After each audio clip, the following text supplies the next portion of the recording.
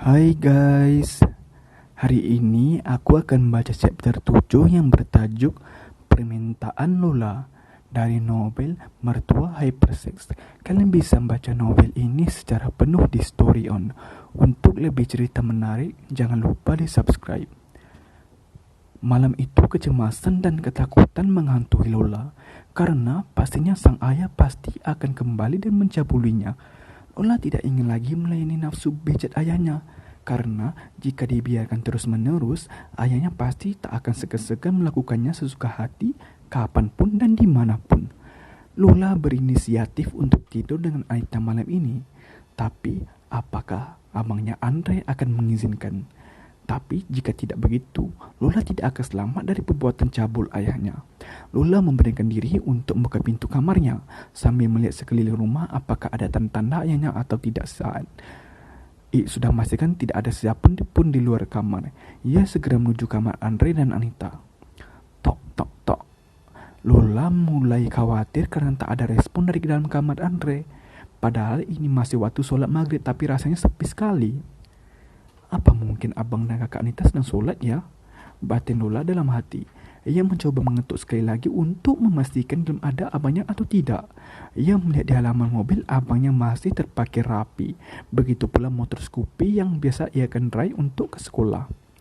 Tok, tok, tok. Lola, ada apa? Tanya Anita yang masih memakai mukena lengkap. Karena saat Lola mengetuk pintu pertama kali, ia sedang melaksanakan sholat maghrib bersama Andre. Aku ada perlu sama abang kak, jawab Lola dengan sedikit ragu. Ya udah, kakak panggilin dulu ya.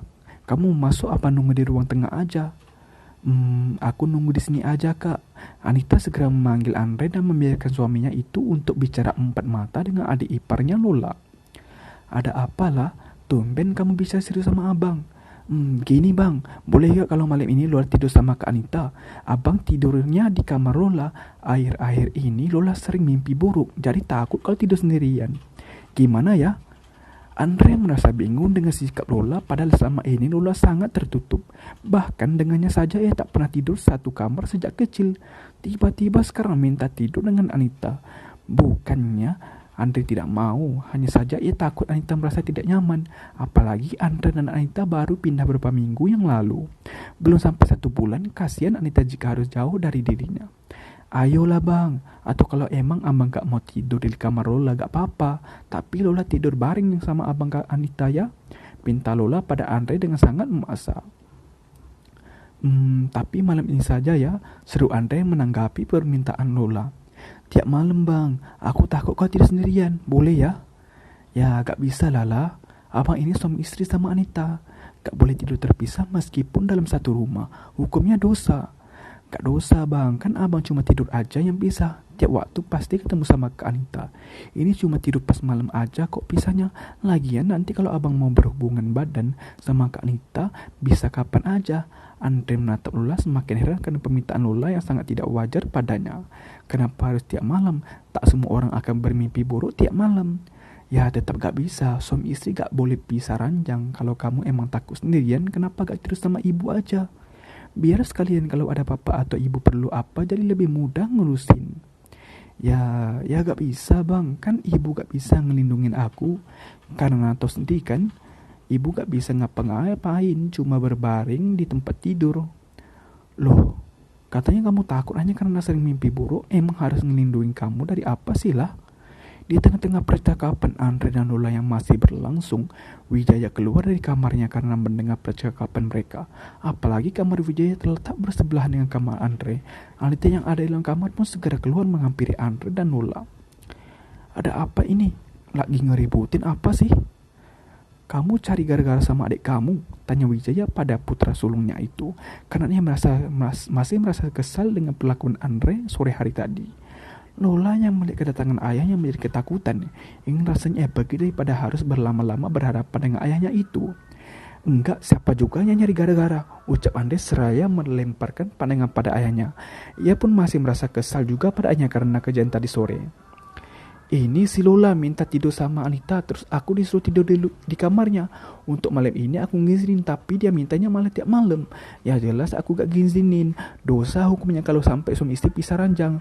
Jawab Andre dengan tegas. Ia pun melirik istrinya sudah ada di sampingnya. Anita sedikit heran dengan pernyataannya dilontarkan oleh suaminya tadi, karena tak biasanya Lola mau tidur dengan Anita, tapi siang saja Lola marah pada Anita gara-gara Anita sembarangan masuk ke kamar Lola dan menyentuh barang-barangnya. Wijaya yang mendengar penuturan Anita juga terkejut dengan permintaan Lola, karena ia tahu Lola pasti ingin menghindarinya dengan beralasan takut dan ingin tidur dengan Anita. Wijaya menatap Lola tajam, sedangkan Lola terlihat menunduk dan takut dengan tatapan ayahnya.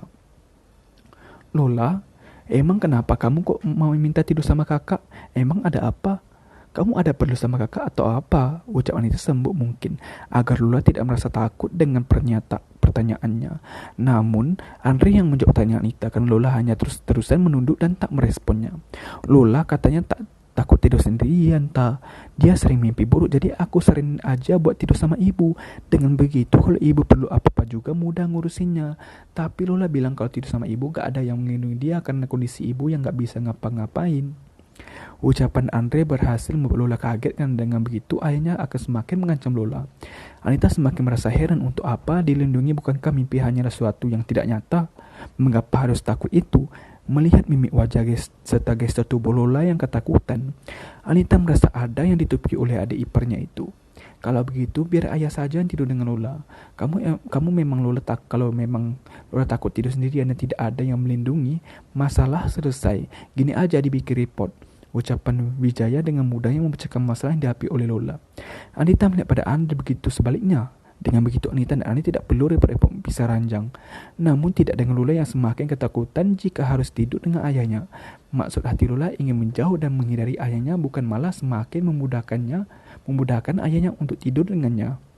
Enggak usah deh, Lola tidur sendirian aja, ucap Lola gemetar. Loh, kenapa lah? Tadi kamu bilang takut kau tidur sendirian. Kalau tidur dengan ayah kan ada yang melindungi juga ya kan? Gak usah deh bang, lebih baik Lola tidur sendiri aja. Lagian kasihan ibu, nanti kalau ada apa-apa sama ibu gimana? Lola ke kamar dulu ya, permisi. Ucap Lola sambil berlalu dari hadapan keluarganya.